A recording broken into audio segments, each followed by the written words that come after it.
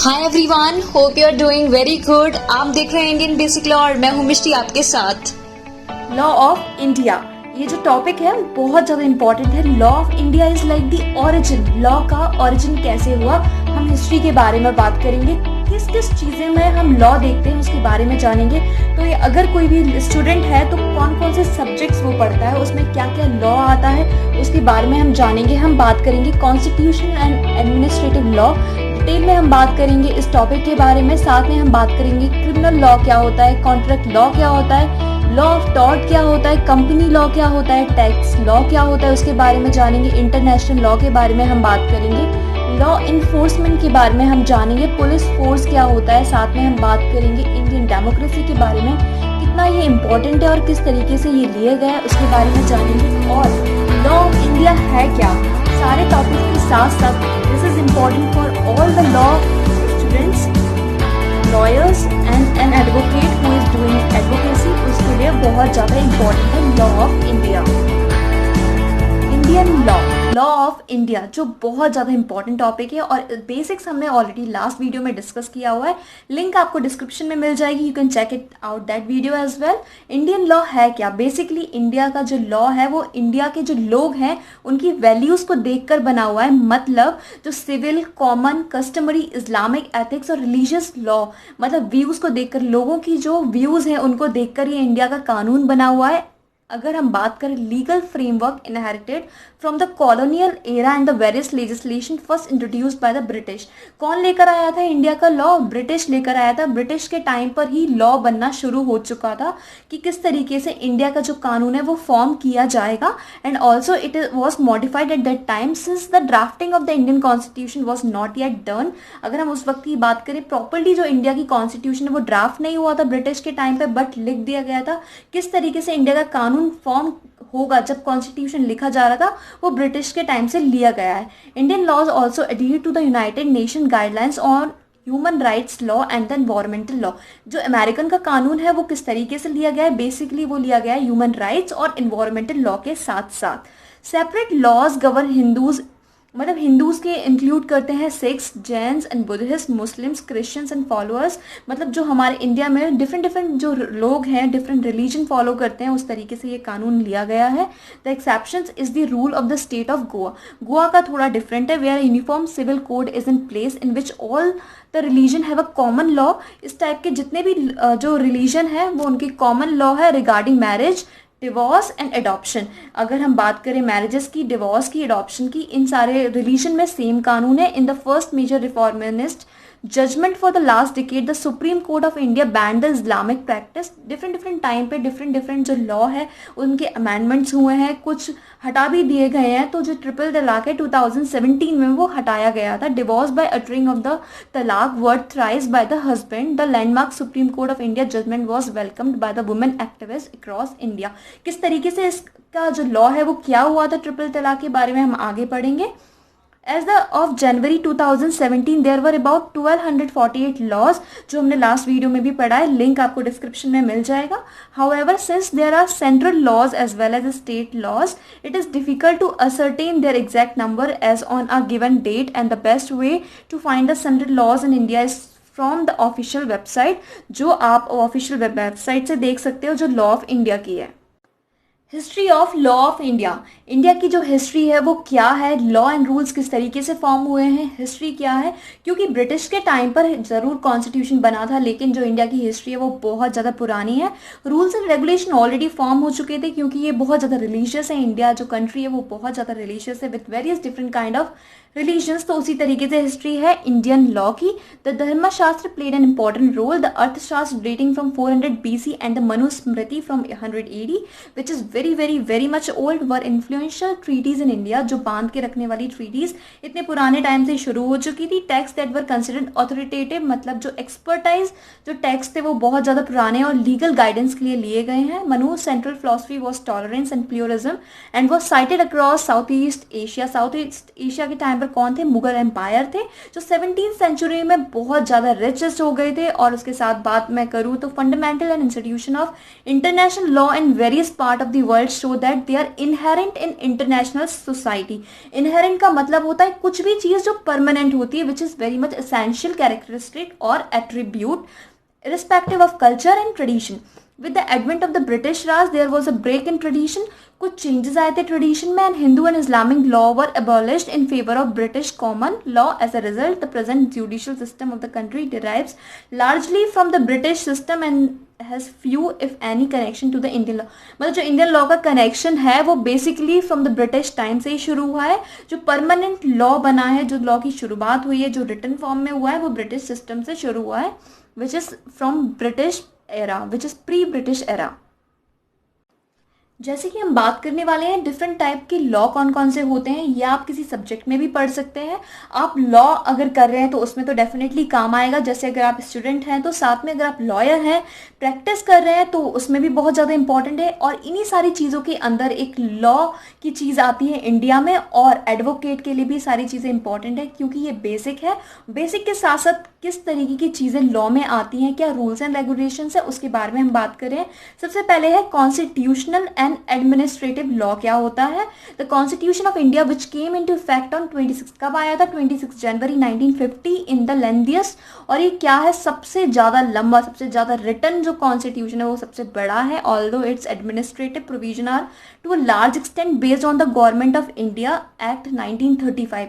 किस पर बेस्ड है? 1935 के एक्ट पर बेस्ड है। It also contain various other provision that were drawn other constitution in the world at the time of its creation. It provides detail of the administration of both the union of the states and the codifies क्या क्या करता है ये relation between the federal government and the state. मतलब basically constitutional का मतलब ये होता है कि ये रिलेशन है स्टेट्स का और सेंट्रल का। डिफरेंट टाइप का रिलेशन है, जो सारा चीज़ एग्जीक्यूट करेगा वो सेंट्रल करेगा, बट स्टेट्स के भी अपने राइट्स और डिसीजंस हैं जो वो टाइम टाइम पर ले सकते हैं। It normally means that also fundamental rights of citizen as well as a chapter on directive principle of state policy includes constitution. The constitution prescribes a federal structure of government with a clearly defined separation of legislation and executive power between the federation and the state. इसमें यही कहा गया है कि जो powers हैं वो central के पास तो है ही, साथ में स्टेट के पास भी powers हैं। Laws passed by the Parliament of India and other pre-existing central laws on subject classified as central subjects are binding on all citizens. जो सेंट्रल में जो लॉ बना के रखा हुआ है वो सारे जितने ही डिफरेंट स्टेट्स हैं उनको बाइंड करने के लिए है। रूल्स एंड रेगुलेशन जैसे कि बने हुए हैं। However, the constitution also has certain unitary features such as vesting power of amendment, which says that अगर कोई भी रूल्स एंड रेगुलेशन बदल रहे हैं, अमेंड हो रहे हैं, कोई भी चीज़ फॉर्म हो रही है, डिफरेंट बन रही है, उसको हम बोलते हैं वेस्टिंग पावर ऑफ अमेंडमेंट्स। और अगर हम बात करें solely in the federal government, the absence of dual citizenship and the overriding authority assumed by the federal government in times of emergency। मतलब जो भी इमरजेंसी के टाइम पर सिचुएशन होती है, स्टेट के पास अथॉरिटी होती है उन डिसीजंस को लेने की। क्रिमिनल लॉ होता क्या है? The Indian penal code formulated by British rule the British Raj in 1860 forms the backbone of criminal law in India. The code of criminal procedure 1973 governs the procedural aspects of criminal law. Jury पहले form किया जाता था, कुछ 8 to 9 लोग होते थे, वो decide करते थे वेदर द जो पर्सन है वो गिल्टी है या नहीं, which is abolished in 1960। In February 2011 the supreme court of India ruled the criminal defendant have a constitutional right. उनके भी अपने अधिकार होते हैं। Capital punishment in India is legal. It is yet legal. Capital punishment is also called death penalty.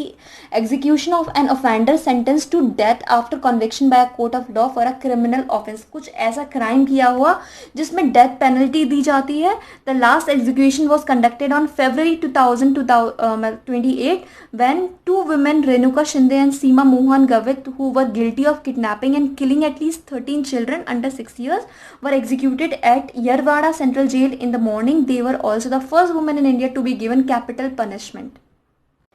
Contract law होता है क्या है? कॉन्ट्रैक्ट का मतलब क्या होता है? कॉन्ट्रैक्ट का मतलब होता है अ रिटन और स्पोकन एग्रीमेंट, मतलब ऐसा एग्रीमेंट जो 2 चीज़ों को या 4 चीज़ों को या 10 चीज़ों को जोड़ता हो, which comes under contract law, specially one concerning employment, sales और tenancy that is intended to be enforceable by law, जो लॉ के अकॉर्डिंग इन्फोर्सिबल है। और ये एक जो रिटर्न होता है या फिर साइंड एक ट्रीटी भी हो सकती है किसी भी चीज़ के बीच में, किसी भी कंपनी के बीच में। This is contract law. The main contract law in India is codified to the Indian contract act which came into effect on 1st September 1872 and extends to all India. It governs entrance into contract and effect of breach of contract. India contract law is popularly known as mercantile law of India. mercantile law of India इसे कहते हैं। कोई भी partnership act होता है goods का या किसी भी रिसोर्सेज का, उसे वो कॉन्ट्रैक्ट एक्ट में आता है। साथ में अगर हम बात करें तो contract act in the main and most use citation needed act of legal agreement in India. Labour law होता क्या है उसके बारे में बात करते हैं। Indian labour law are among the most comprehensive in the world which is like very much important. They have been criticised by the World Bank primarily on the grounds of the inflexibility that results from government needed to approve dismissals. In practice, there is a large informal sector of workers between 80 to 90% of the labor force to whom labor rights are not actually available and laws are not enforced. मतलब बहुत सारी चीज़ें हैं जो enforce नहीं की गई हैं but still it's going. Labour law include करता है राइट्स रिस्पॉन्सिबिलिटीज़ वर्कर्स की। अगर कोई भी वर्कर किसी भी कंपनी या किसी भी जगह पर काम कर रहा है तो उसके क्या सॉर्ट ऑफ रिस्पॉन्सिबिलिटीज़ हैं, क्या कंपनी की रिस्पॉन्सिबिलिटी है लेबर के लिए, ये बहुत ज़्यादा इंपॉर्टेंट है। Company law.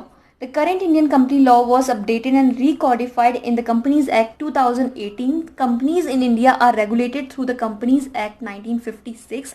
Repealed law Companies Act 2030 present law है जो, and related laws and regulation which are administrated by Ministry of Corporate Affairs MCA. At present India has 7 such directors and 22 ROCs, which is Registrar of Companies. कितने हैं? 22. Law of tort law होता क्या है? वैसे इसका एक subject है, मतलब सारे ही लॉज का एक सब्जेक्ट है। और टॉर्ट लॉ बहुत इंटरेस्टिंग और बहुत छोटा है, ज़्यादा पुराना नहीं है। The development of constitutional tort law in India began in early 1980s. It influenced the direction of tort law in India took during 1990s in recognizing state liability. Constitutional tort deviates from established norms in tort law. This covers custodial death, police atrocities, encounter killings, illegal detention and disappearances. Law Commission of India first report was relating to the liability of the state in tort. This report was submitted by the Law Commission of India on May 11, 1956. State owes tortious liability under Article 300 of Indian Constitution. Tort होता क्या है? मतलब अगर आपका आप car जा रही है और गलती से कार पे ठोकर लगी, आपको कुछ भी प्रॉब्लम नहीं हुई, तो इसमें जो क्राइम है, इसमें जो प्रॉब्लम हुई है या फिर जो फाइन इम्पोज करना पड़ेगा वो टॉर्ट लॉ में आता है। इंटरनेशनल लॉ, इसके बारे में हम ऑलरेडी बात कर चुके हैं। बेसिकली इंटरनेशनल लॉ क्या होता है आपको लिंक डिस्क्रिप्शन में मिल जाएगी। Cases involving any law that affects the United States and any foreign nation including law that involve treaties, trade agreements etc. मतलब डिफरेंट कंट्रीज़ हैं पूरे वर्ल्ड वाइड में, और कुछ कंट्रीज़ की कुछ ट्रीटीज साइन हुई हैं, कुछ अग्रीमेंट्स हुए हैं कि इस कंट्री में ऐसा होगा, यहाँ पर पानी का ये वाला चीज़ है, ये वाला चीज़ है, तो डिफरेंट ट्रीटीज साइन हुई हैं। उसी से रिलेटेड इंटरनेशनल लॉ है कि ये लॉ किस किन चीज़ों में आता है। Example of international law, if American fisherman were not allowed to fish in waters in which trade agreements are met with another country. Property law. The Transfer of Property Act 1882 is an Indian legislation which regulates the transfer of property in India. The person may include an individual, company or association or body of individual, and any kind of property may be transferred including the transfer of immovable property law में ज़्यादातर property आती है। Transferable property कौन सी होती है, which is movable और immovable, इसके बारे में है प्रॉपर्टी लॉ में। टैक्स लॉ होता क्या है उसके बारे में बात करते हैं। ये बहुत ज़्यादा इंपॉर्टेंट है, बहुत ज़्यादा इंपॉर्टेंट है हर चीज़ में, हर किसी की लाइफ में टैक्स ज़रूर आता है। टैक्स वर्ड का नाम ज़रूर आता है, चाहे आप कुछ परचेस कर रहे हो, कुछ सेल करना चाह रहे हो, किसी को गिफ्ट देना चाह रहे हो। टैक्स लॉ की वैल्यू बहुत ज़्यादा है। अभी जीएसटी आ गया है, वेट आ गया है, बहुत सारी चीज़ों में, तो ये टैक्स लॉ बहुत ज़्यादा इंपॉर्टेंट है for each and everything most importantly for law students, lawyers and advocates, इन सब के लिए टैक्स लॉ बहुत ज़्यादा इंपॉर्टेंट है। The authority to levy a tax is derive from constitution of India. मतलब इसमें यही दिया गया है कि कोई से किसी से भी हम फालतू टैक्स नहीं ले सकते। अगर ये चीज़ के लिए 5% टैक्स है तो हम को 5% टैक्स ही पे करना है, कोई ना हमसे एक्स्ट्रा मांग सकता है ना हमको देना चाहिए। Therefore each tax levied or collected has to be backed by the accompanying law passed either by the parliament or by the state legislature. In 2010 to 11, the gross tax collection amounted to rupees 7.92 billion long scale, with the direct tax and indirect tax contributing 56% and 44%. Goods and services tax, जानते हैं goods and services tax होता क्या है। This is the tax जो service या जो goods आप purchase करते हैं, सर्विस अपने लिए लेते हैं, विच पे भी food, clothes, items of daily needs, transportation, कोई भी तरीके का अगर आप फैसिलिटेट कर रहे हैं, अपने आप की कोई फैसिलिटी ले रहे हैं, तो उसमें जो टैक्स लगता है which is SGST, goods and services tax is a comprehensive indirect tax. ये इनडायरेक्ट टैक्स है। अगर कोई भी पर्टिकुलर अमेंडमेंट है तो वो है 101st amendment bill. The GST is govern by GST council and its chairman is union finance minister of India Nirmala Sitharaman, working as a finance minister, जो अभी करंट की है। This method allows GST registered business to claim tax credit also. जो particular business कर रहे हैं उनको tax credit करने के लिए अलाउ करता है। Introduction of goods and services tax GST is a significant step in the reform और indirect taxation in India, amalgamating several central and state taxes. मतलब पहले ऐसा होता था कि अगर आपको एक बॉर्डर से दूसरे बॉर्डर ले जाना है, तीसरे बॉर्डर, अगर कहीं पर भी जा रहे हैं, तो बहुत सारे डिफरेंट टाइप के टैक्सेस थे। डिफरेंट टाइप के टैक्सेस बहुत डिफरेंट मतलब स्टेट से वेरी कर रहे थे, प्लेसेस, सिटी से वेरी कर रहे थे और चीज़ों से वेरी कर रहे थे। और अब इन सब चीज़ों को वेरी ना करते हुए इन सबको मिक्स कर दिया and result came as goods and services tax which is GST। And वो जो एक ही है सारी जगह पर। Overall tax burden on goods which is currently estimated at 25%, 30%। Free movement of goods for transportation, अगर आप कोई भी बॉर्डर से क्रॉस करते हो तो वो इसके लिए इतना है। Of state tax to entry tax and reduction in paper work to a large extent, जिसने बहुत ज़्यादा रिड्यूस किया है पेपर वर्क के लिए। ट्रस्ट लॉ होता क्या है? Trust law in India is mainly codified in the Indian trust act of 1882 which came into force on March 1, 1882. It extends to the whole of India except for the state of Jammu and Kashmir and the Andaman and Nicobar Island. India law follows principles of English law in most areas of law, but the law of trust is a notable exception. India law does not recognize double ownership and a beneficiary of trust property is not the equitable owner of the property in Indian law. Family law, personal law. Family law बहुत बड़ा topic है। Family law in India different when Warren Hastings in 1772 created provision prescribing Hindu law for Hindus and Islamic law for Muslims. मतलब दो different तरीके से personal law define किया गया है which is Hindu law, Muslim law for litigating जो law के according है पर्सनल मैटर्स, मतलब पर्सनल मैटर को लीगली सॉर्ट आउट करने के लिए। However after independence efforts have been made to modernise various aspects of personal law, जो धीरे धीरे चेंज भी किए गए हैं मॉडर्न जितना टाइम हुआ है, अमेंडमेंट्स हुए हैं। And bring about uniformity among various religion, मतलब सारे रिलीजन में यूनिफॉर्मिटी, मतलब यूनिवर्सली एक करने के लिए, यूनिटी करने के लिए और इक्वली इसको डिवाइड करने के लिए, इक्वली फॉर्मेशन करने के लिए ये रिलीजन वाइज फैमिली लॉ बना है। Recent reforms has affected custody and guardianship law, adoption law, succession and laws concerning domestic violence and child marriage. Hindu law को और भी हम बात करेंगे। Hindu law majorly Jain, Sikhs, Buddhist are also covered by Hindu law. ये सारे जो भी रिलीजन होते हैं वो हिंदू लॉ में कवर करते हैं। मुस्लिम लॉ की अगर बात करें तो मुस्लिम लॉ भी डिफरेंटली डिवाइड होता है which is as Sunni law, Quran, सुन्ना और अहदीस, इज्मा, कयास। Muslim law and Christian law as per Shia law, Muslim law में शिया लॉ होता है which is Usuli Shia of tradition, इज्मा, reasons are Akhbari Shia tradition, secondary source CN। और if you talk about polygamy भी ये allowed है या नहीं, it is still going on debate. Triple talaq is also going on debate and many things has changed in Muslim law which we will talk detailed in another video. For Christian law we talk about, इसमें बहुत सारे amendments हुए हैं, बहुत सारे changes हुए हैं in the grounds. If we talk about divorce, Christian law in India has emerged a separate branch of law. It brought a considerable changes in the grounds available for divorce. इसमें काफ़ी सारे changes हुए हैं। Christian family law has now distinct sub-branches like laws on marriage, restitution, judicial separation, succession, adoption, guardianship, maintenance, custody of minor children, and relevance of canon law and all that regular family relationships. Nationality law or citizenship law is mainly codified in the Constitution of India and the Citizenship Act of 1955 में हुआ था.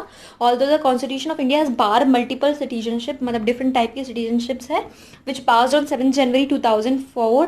Also overseas citizens of India have no form of political rights. इसमें political या कोई भी government में participation के लिए rights नहीं होते. However, and there are no plans to issue to overseas citizens any form of Indian passport.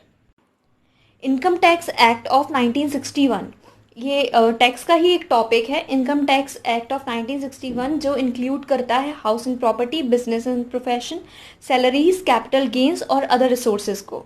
Law enforcement, इसका मतलब होता है कि अगर कोई भी कानून बना है, चाहे वो नया हो या पुराना हो, कोई अमेंडमेंट हो रहा हो, उसको इन्फोर्स करना, मतलब इतने सारे लोगों के बीच में उसके ऊपर डिबेट होना, डिस्कशन होना, उसके बाद लीगली वो अप्रूव होना, मतलब इन्फोर्स होना, रिटन में अप्रूव हो जाना कि ये इस पर्टिकुलर चीज़ के लिए ये कानून बना हुआ है, इज़ लॉ इन्फोर्समेंट.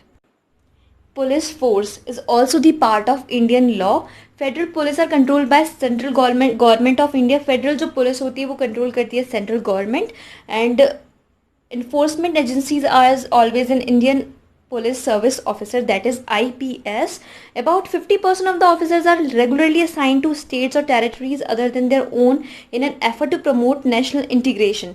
मतलब सुरक्षा के लिए काफ़ी सारे पुलिस फोर्सेस ऐसे हैं जो regularly assigned to states or territories. What is Indian democracy? Democracy is very important for Indian law. पूरा जो लॉ है वो बेस्ड है इंडियन डेमोक्रेसी के ऊपर, क्योंकि इंडिया डेमोक्रेटिक कंट्री है. India is a federal parliamentary democratic Republic in which the president of India is the head of the state. जो हेड ऑफ द स्टेट होते हैं वो प्रेसिडेंट होते हैं, और जो हेड ऑफ द गवर्नमेंट होते हैं वो प्राइम मिनिस्टर होते हैं. ये इंडिया के लॉ के अकॉर्डिंग है, इंडिया की पॉलिसी के अकॉर्डिंग है. The Indian constitution provides for an independence judiciary which is headed by the supreme court. कौन हेड करता है इसको? Supreme court. सो ये तीनों टर्म्स बहुत ज़्यादा रिलेट करते हैं. We talk once again about it. Is president of India is headed by state, headed of state. Prime minister head करते हैं गवर्नमेंट को, और the Indian constitution provides for the independent judiciary which is headed by supreme court. Which is the first democratic country? कौन सी first democratic country थी? This is important and काफ़ी सारी बार क्वेश्चंस में भी आता है. Greece was the first democratic country in the world with a good background of Roman civilisation. Greece had the first true nation state republic. Thank you so much for watching. अगर आपको ये video पसंद आया है तो like कीजिए, subscribe कीजिए और हाँ, बेल आइकन जरूर दबाइए जिससे कि आपको मेरे लेटेस्ट अपडेट्स के बारे में पता लगे. और कमेंट सेक्शन में बताइए आपको ये वीडियो कैसा लगा और नेक्स्ट वीडियो में आप क्या जानना चाहते हैं. Thank you so much for watching.